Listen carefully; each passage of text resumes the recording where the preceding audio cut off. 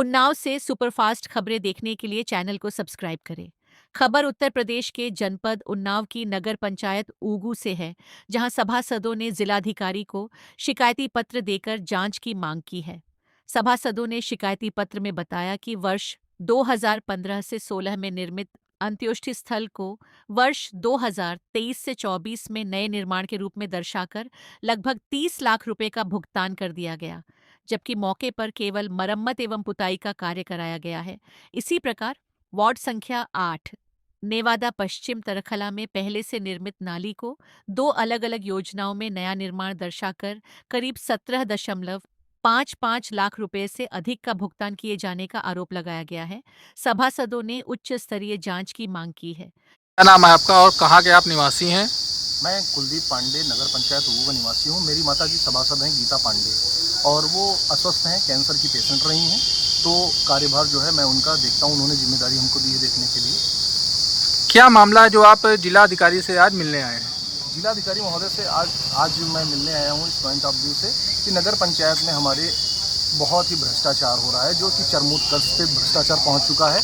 अधिशासी अधिकारी महोदय नगर पंचायत में रुकते नहीं हैं। नगर की समस्याओं के बारे में अगर उनसे कोई भी जानकारी मांगी जाती है, जैसे कि एमबुक और एस्टीमेट मानक वगैरह, तो वो देते नहीं हैं। मौखिक कई बार मांगा जा चुका है और लिखित भी कई बार मांगा जा चुका है, लेकिन अधिशासी अधिकारी महोदय उसके बारे में कुछ नहीं कहते हैं। और अगर IGRS करके उनसे कोई प्रार्थना पत्र दिया जाता है, मांगा जाता है जानकारी, तो IGRS अगर मैं दे रहा हूँ मास्टर बुक और एस्टीमेट की, तो IGRS में लिख के कुछ और दे रहे हैं।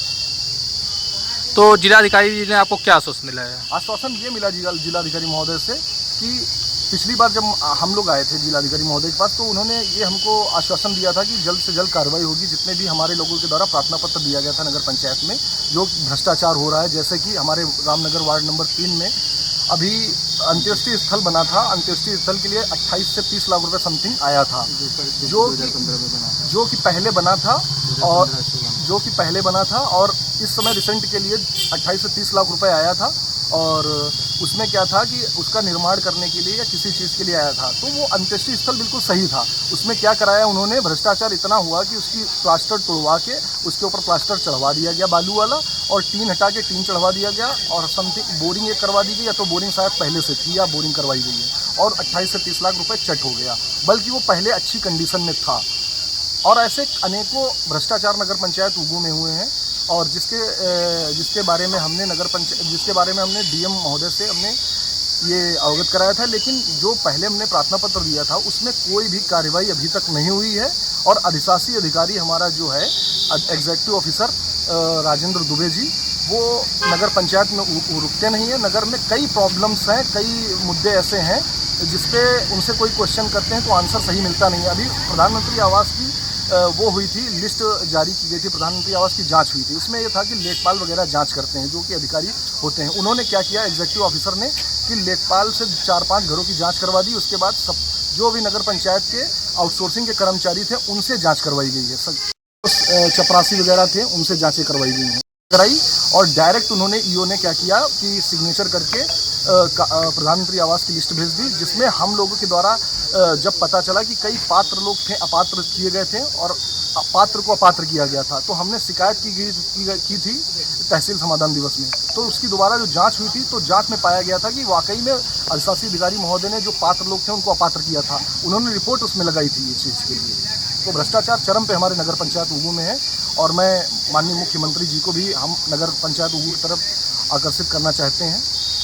जो लाभार्थियों की जांच हुई थी वो किन अधिकारी द्वारा की गई थी? लाभार्थियों की जांच देखिए, नगर पंचायत के अधिशासी अधिकारी उसमें अंतिम सिग्नेचर करके भेजते हैं, ठीक है। और उसमें क्या हुआ था कि लेखपाल वगैरह बाबू उसकी जांच करना चाहिए उसको, लेकिन उन्होंने क्या किया था कि चेयरमैन प्रतिनिधि के जितने भी खास आउटसोर्सिंग के कर्मचारी हैं उनके द्वारा नगर पंचायत में जाँच करवाई गई थी। और जिसमें क्या हुआ था कि कई पात्र थे जिनको अपात्र किया गया था, और पूर्व चेयरमैन के कहने के अनुसार ही EO ने उसकी लिस्ट बना के भेज दी। और भी नगर पंचायत ऊगू में कई कार्य हैं जिनमें भ्रष्टाचार बहुत हुआ है, जैसे कि जानवरों वाले अस्पताल के पास से रोड गई है। वो तो विदित है सबको कि वो रोड 15-20 दिन के अंदर ही बह गई थी। क्या नाम है आपका? आप कहाँ के निवासी हैं? मेरा नाम अनुराग पटेल है। मैं नगर पंचायत ऊगू से रहने वाला हूं और मोहल्ला सुनिका वार्ड नंबर 9 से सभासद हूं।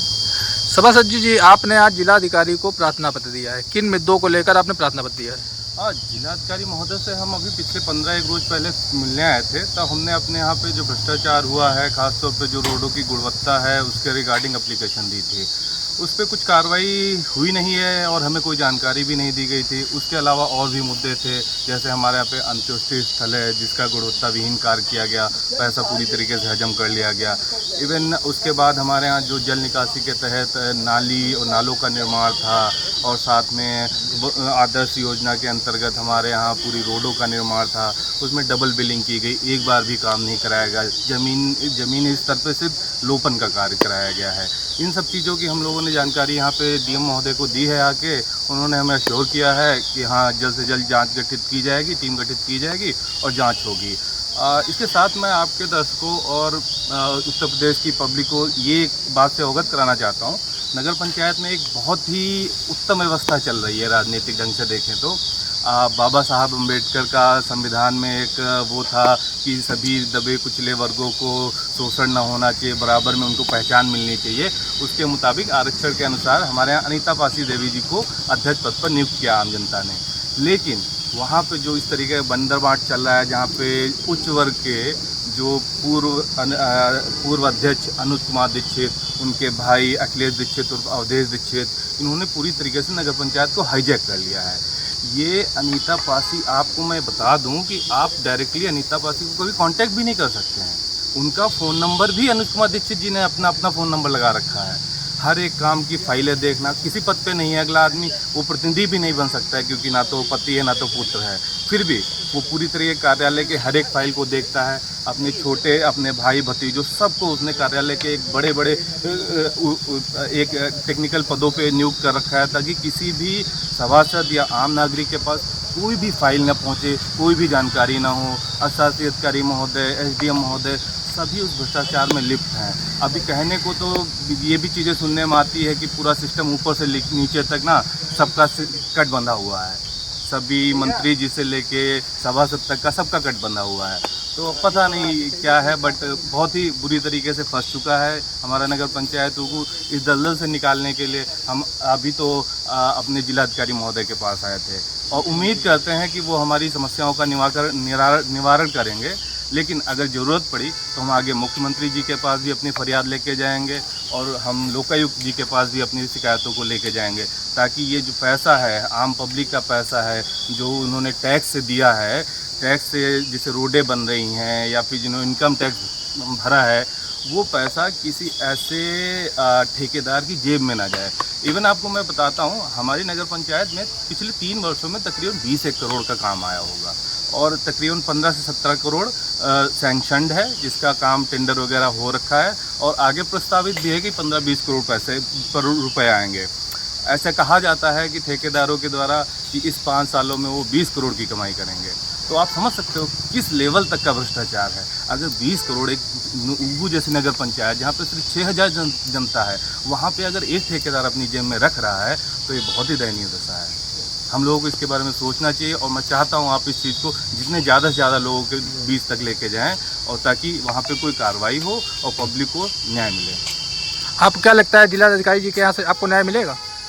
देखो, उम्मीद पे तो दुनिया कायम है, तो हम भी वही उम्मीद लेके आए हैं। उम्मीद करते हैं अब टेक्निकल जांचें होंगी, पता नहीं क्या कमेटी बनाई जाएगी। अभी तो हमारी एक रोड की जांच होने के लिए उन्होंने लेखपाल को नियुक्त कर दिया। गुणवत्ता की जांच के लिए लेखपाल कैसे नियुक्त हो सकता है, हमारी समझ से परे है। बट हाँ, हम उम्मीद लगाए हैं, उम्मीद पे पूरी दुनिया कायम है। देखते हैं मिलेगी, अगर हमें यहाँ पे न्याय मिलेगा तो ठीक है, नहीं मिलता है तो हम आगे आपको बताया ना कि हम मुख्यमंत्री साहब के पास भी जाएंगे, राज्यपाल साहब के पास भी जाएंगे। हम यहाँ रुकने वाले नहीं हैं कि आज यहाँ आए हैं उसके बाद हम शांत हो जाएंगे। हमारी लड़ाई बिल्कुल भ्रष्टाचार को जड़ से ख़त्म करने की है।